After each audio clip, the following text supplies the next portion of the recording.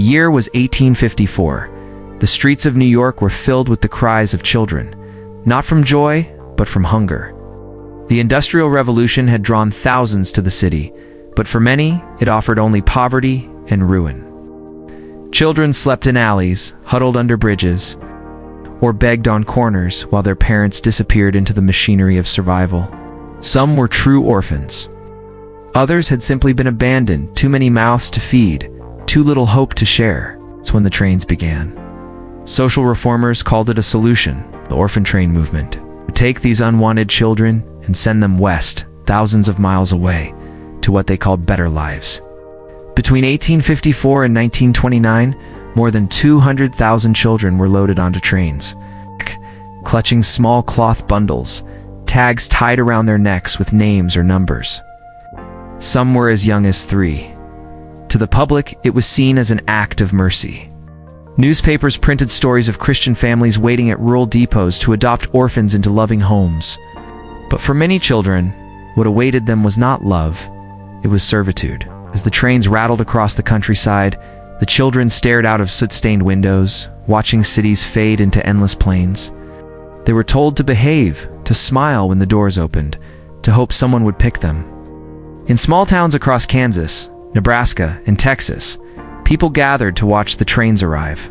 Farmers and townsfolk inspected the children as if they were livestock, checking their teeth, their posture, their strength. A sturdy boy could work the fields. A quiet girl could keep house. If chosen, the child left with their new family. If not, they boarded again to be taken to the next stop. Some were adopted with kindness. Many others became unpaid laborers. They worked sunrise to sunset, slept in barns, and were punished for disobedience.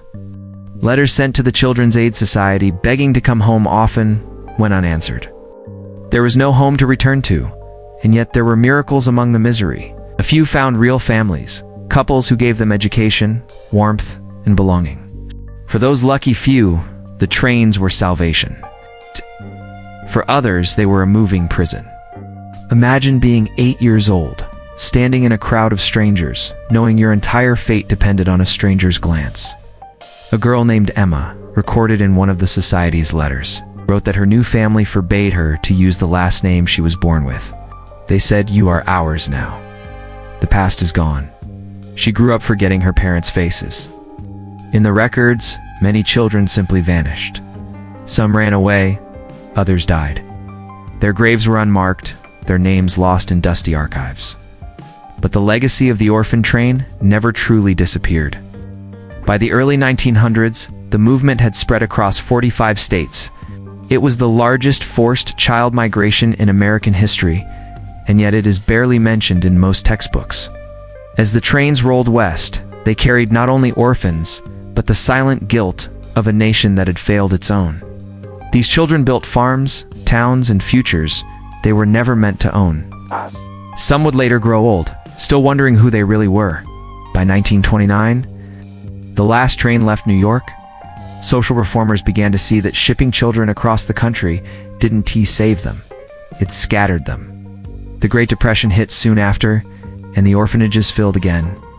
But the age of the orphan train had ended. In the 1980s, a reunion was held for surviving riders. Most were old by then, gray-haired, fragile, but their memories had not faded.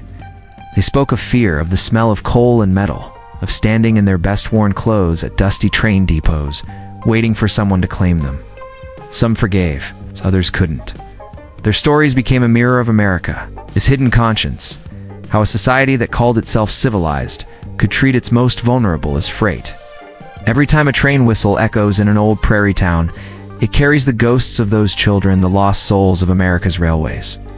They remind us that progress often comes with a price paid by the powerless. Thank you for watching. If you found this story haunting and powerful, please like, share, and subscribe to History's Dark Side AI, where the forgotten stories of our past are finally given a voice.